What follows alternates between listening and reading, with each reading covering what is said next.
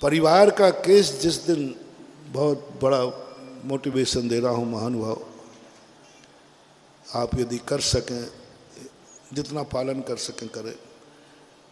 हम घर के मुखिया से कहना चाहता हूँ और परिवार के लोगों से कहना चाहता हूँ,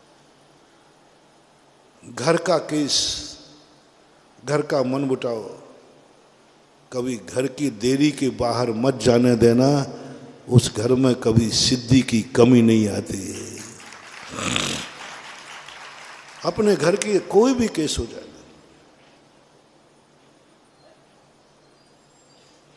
पहली बात होना ही नहीं चाहिए। सब अपने लोग हैं,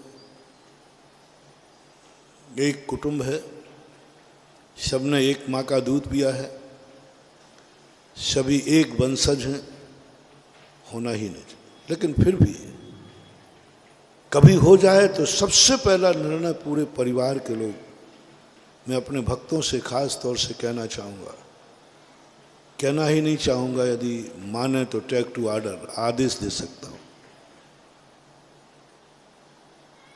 कुमात इतना सा विकल्प कर ले कि मैं अपने घर की बात देरी से बाहर नहीं जाने दूंगा। जो कुछ भी होगा घर की बात घर में रहेगी। जिस मुखिया के कार्यकाल में उनका परिवार यदि इस नियम पला लिया, आज वो घर का मुखिया होगा, कल वो किसी राष्ट्र और देश का मुखिया बनेगा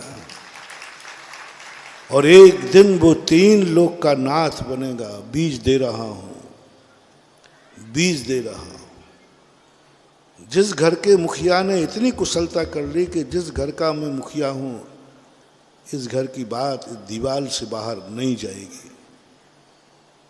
यदि ये जिंदगी में तुमने निकाल दिया और मरण को प्राप्त हो गए तो एक देश के राजा बनोगे और देश के राजा बनने के बाद यदि तुमने यही नियम पालन किया तो एक दिन त्रिलोकीनाथ भगवान बन जाओगे।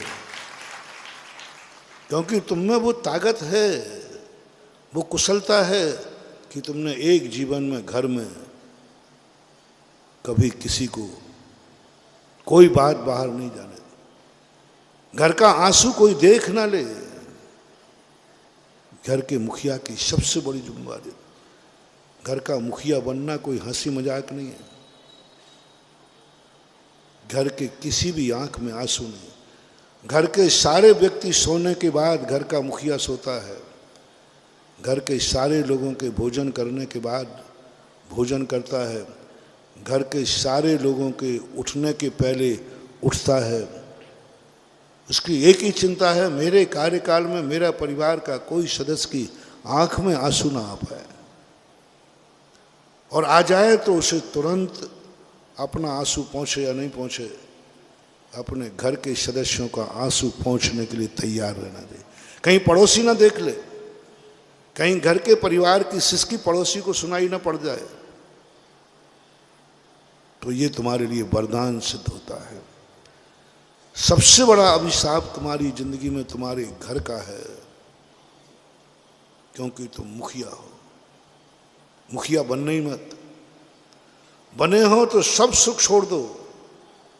परिवार का सुख ही तुम्हारा सुख है, वही तुम्हारी जिंदगी है। क्योंकि तुम बाहर मत जाने देना। आज तो तुम्हारी घर की बातें बाहर तो छोड़ो, अदालतों में जा रहे। कभी समाज हो तो समाज की बात भी समाज के बीच में उठाओ। जबलपुर में हमने एक बहुत बड़ा वकीलों का एक समूह बनाया था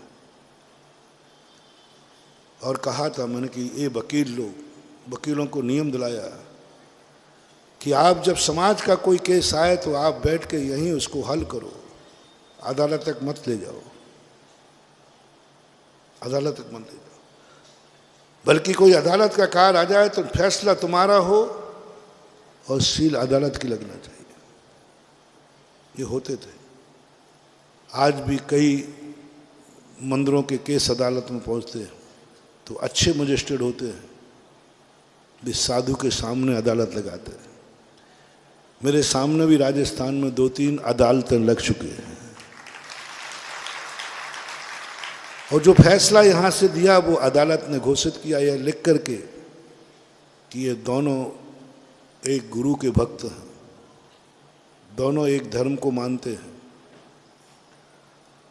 और इन दोनों के बीच में जो मनमुटाव हुआ, इनके गुरु ने इनके लिए यह फैसला सुनाया है।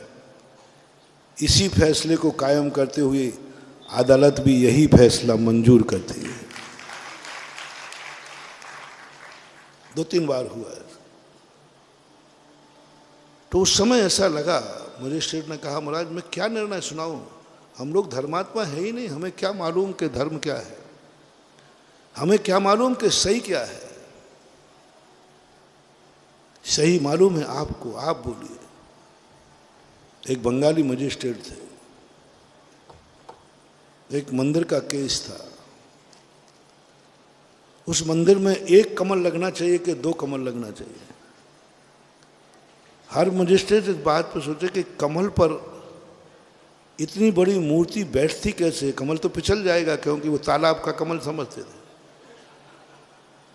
अब तालाब के कमल पर इतनी बड़ी मूर्ति कैसे बैठेगी? 1 नहीं, 2 नहीं, 100 कमल रख दो।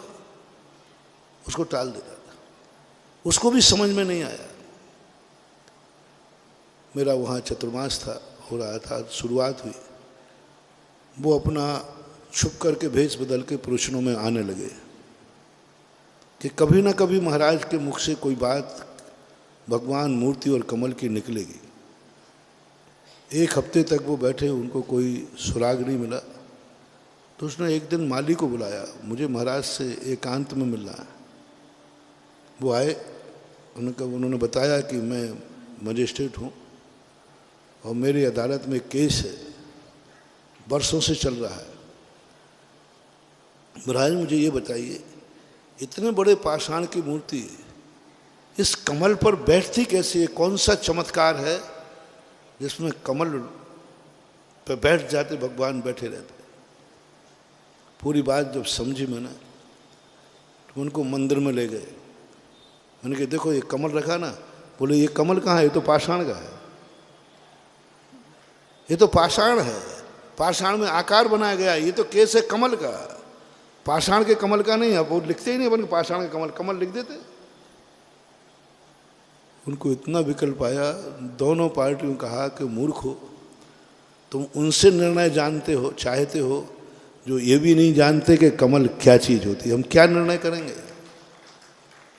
उन्होंने पूरी अदालत, दोनों केस माइक लड़के हमारे सामने बैठे, 2 घंटे बहस हुई, फैसला हमने सुनाया, निर्णय अदालत का था। मेरे कहने का भाव ये है कि जो जिस चीज का ज्ञाता है, यदि उस चीज को वहीं तक लिया जाए तो बहुत कुछ हमारे देश में शांति हो सकती है। हम खुद अपनी जिंदगी को ऐसा समझें, तुम्हें जो करना है करो, कोई मनाही नहीं। मैं तो एक ही संदेश तुम्हें देना चाहता हूं, कम से कम तुम जन्म के बाद जो पुण्य लेके आए हो उससे कम लेकर मत मरना। जितना तुम लेके आए हो उतना कम से कम लेके मरना। अधिक कमा सको तो अच्छी बात है। जो इज्जत वाले कुल में, देश में तुमने जन्म लिया है, कहीं ऐसे ना हो जाए कि तुम्हें अगला भाव भारत में न मिले। भारत देश एक बहुत इज्जत वाला देश है। भारत देश का सारी दुनिया ने सदा से सम्मान किया है। भारत देश का सबसे ज़्यादा सम्मान हुआ। कितना भी कोई विरोध करे, कितना देश हो, लेकिन हर व्यक्ति शांति के मामले में यदि कोई देश है मुल्क में तो उसका नाम भारत देश है। वहाँ भय से शांति है और भारत देश की शांति जो पहले थी अब थोड़ी कम हुई है, वो शांति स्वाभाविक थी, अंतरंग थी, अपने आप में व्यक्ति संतुष्ट था। धीरे धीरे विदेशों की हवा यहाँ लग रही है। हर कार्य में आज हमें डंडे की जरूरत पड़ने लगी है। लेकिन फिर भी आज अपना भारत देश फिर भी एक अदालत है जिसे हम मंदिर कहते हैं। मंदिरों में बहुत सारे लोग मंदिर में जाने के पहले अपने आप को समर्पित करते हैं। कितने लोग पाप करने के बाद मंदिर में जाके रोते हैं, आज भी है। जैसे कानून में बड़े बड़े अपराधी, अच्छे अपराधी अपराध करने के बाद इतना पश्चाताप करते हैं कि वो स्वयं जाकर के अपने आप को समर्पित कर देते हैं। अच्छे पापी जिन्होंने पाप किया नहीं, पाप हो गया, जो पाप को पाप मानते हैं, बुराई को बुराई मानते हैं, वे स्वयं जाकर कहते हैं हाँ साहब मैंने अपराध किया है, और अदालत में जाके बोलते हैं मुझे सजा दी जाए। ये अच्छे अपराधी कहलाते हैं। हो गया अपराध लेकिन स्वयं स्वीकार करते। आज मंदिरों में भी हो रहा है। मैंने आज भी देखा कि लोग अपराध करने के बाद मंदिर में आकर रो पड़ते हैं, भगवान से रो पड़ते हैं, मेरे सामने रो पड़ते हैं, महाराज मुझे सजा दो, मुझे दंड दो, मैंने पाप किया है, मैं पापी हूं। आज भी कितने केस हैं जो आज गुरुओं के पास निपट जाते हैं, मंदिरों में निपट जाते हैं। अपसख्यम अपनी आत्मा की साक्षी में निपटा देता है।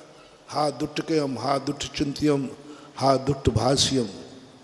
हाँ मैंने अपराध किया, हाँ मैंने गलत किया, अपने आप को निपटा लेते। तो आप सबसे पहले जो भी कार्य करें